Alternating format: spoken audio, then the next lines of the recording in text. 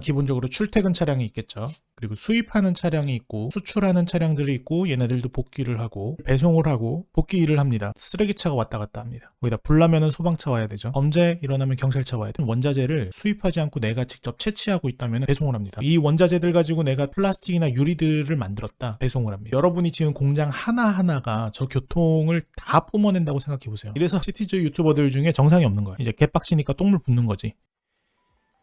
안녕하세요, 가득한입니다. 자, 이번 영상은 초보분들을 위한 구역 배치 팁입니다.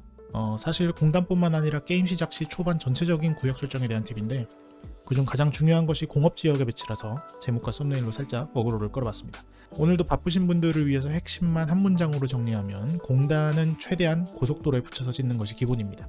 그래서 정말 바쁘신 분들은 이것만 기억하고 가시면 되고요. 여러분들이 만약 검색으로 이 영상을 찾으셨다면 공단에서 나오는 교통 문제로 한 번씩 고생했던 경험이 있기 때문일 거예요. 그렇죠? 그래서 공단에서 나오는 교통량이 엄청나다는 거는 이미 알고 계실 텐데 일단 공장에서 출발하는 그리고 공장을 목적지로 하는 교통을 모두 분류해보면 이렇게 됩니다. 일단 기본적으로 출퇴근 차량이 있겠죠.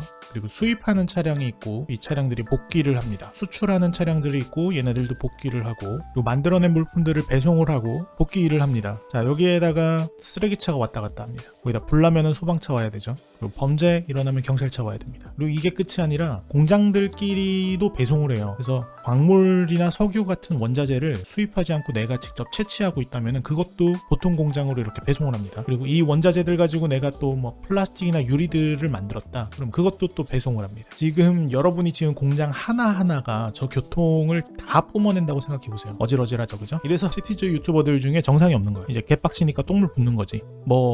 사실 유튜버들 똥물 영상 같은 거는 그분들은 이미 다 이제 만렙이 돼서 더 이상 할 게 없으니까 심심해서 그러는 경우죠. 도시건설계의 토끼공주 같은 분들이라고 보면 됩니다. 어쨌든 공업교통 때문에 개빡치는 건 사실이죠. 한마디로 여러분들 도시교통의 거의 80% 이상은 공단으로 들락날락한다 라고 보시면 됩니다. 그래서 대부분의 문제의 원흉은 공단교통이다 라고 보시면 돼요. 자, 그러면 어느 구역을 어떻게 어디다가 배치하느냐 결론으로 가겠습니다. 참고로 이번 영상에서는 배치만 보겠습니다. 도로 짓는 방법은 조금 다른 이야기라 얘기가 길어지니까 커트. 자, 그래서 도시를 시작하시면은 고속도로가 이렇게 있고 진입로가 있을 거예요. 그러면 진입로 방향대로 도로를 대충 한번 지어보겠습니다.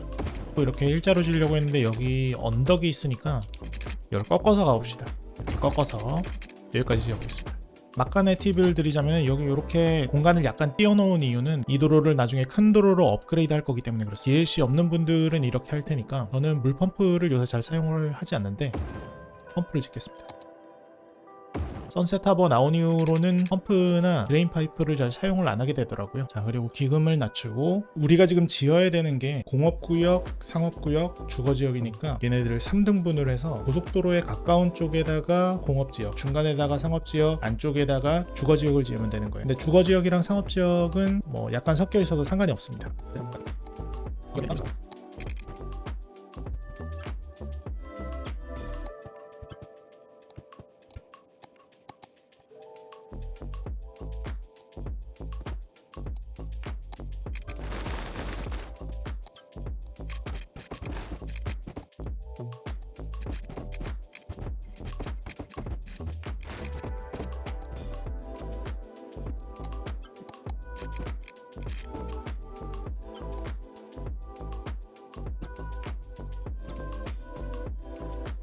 사실 도시 사이즈가 만 단위로 커지기 전에는 그렇게 큰 문제가 없어요. 교통 문제가. 기금을 제대로 설정을 못 해가지고 자금난이 생기는 경우는 있는데 보통은 보시면은 굉장히 한가하죠. 지금 대충 지었는데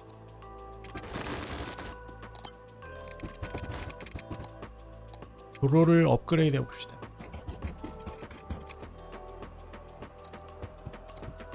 테러바던 모드를 한번 사용을 해볼까요?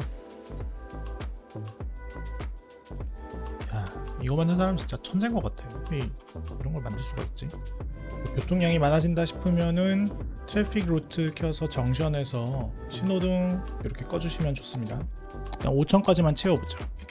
자, 자, 그래서 2단계까지 별 문제 없이 진행된 거를 우리가 봤습니다. 이게 왜 이렇게 짓느냐면은 아까 전에 공업교통을 우리가 살펴봤는데 그 공업교통을 크게 두 가지로 분류하면은 도시 내에서의 교통이 있고 그다음에 도시 바깥으로 왔다 갔다 하는 교통 두 가지로 크게 나눌 수 있겠죠. 공업지역을 고속도로 옆에다가 배치해 놓으면은 도시 밖으로 수출입하는 차량들은 이 도로를 왔다 갔다 할 일이 없기 때문에 도시 내에서의 이 공장 트래픽 절반이 해결된다고 보시면 되는 겁니다. 이 공단이 만약에 도시 중앙이나 아니면 안쪽에 배치되면은 도시 바깥으로 왔다 갔다 하려고 하는 차들이 출퇴근하는 차량들이랑 배송하는 차량들이랑 엮이게 됩니다. 그러다가 도로가 막히면은 각종 서비스 차량이 또 늦게 되겠죠. 상업구역에 배송이 늦어지고 앰뷸런스가 늦어지고 늦어서 죽으면 시체 수습이 늦고 경찰차가 늦고 쓰레기차가 늦고 건물이 썩고 가정이 무너지고 사회가 무너지고 그래서 도시가 망하는 거죠. 그리고 이런 방법도 있기는 해요. 바로 배치를 하지 않고 세로로 고속도로를 따라서 여기 주거지역, 여기다가 상업지역, 여기다가 공업지역, 뭐 아니면 반대로 해도 되고 이런 식으로 배치를 하는 방법도 있습니다. 공업지역을 여기다가 지었으면 여기다가 나들목을 하나를 더 따로 지어주는 거죠. 그것도 좋은 방법이거든요. 근데 이제 문제는 그렇게 지으면 나중에 도시 사이즈가 커지고 나서 추가로 공단을 지어야 할 때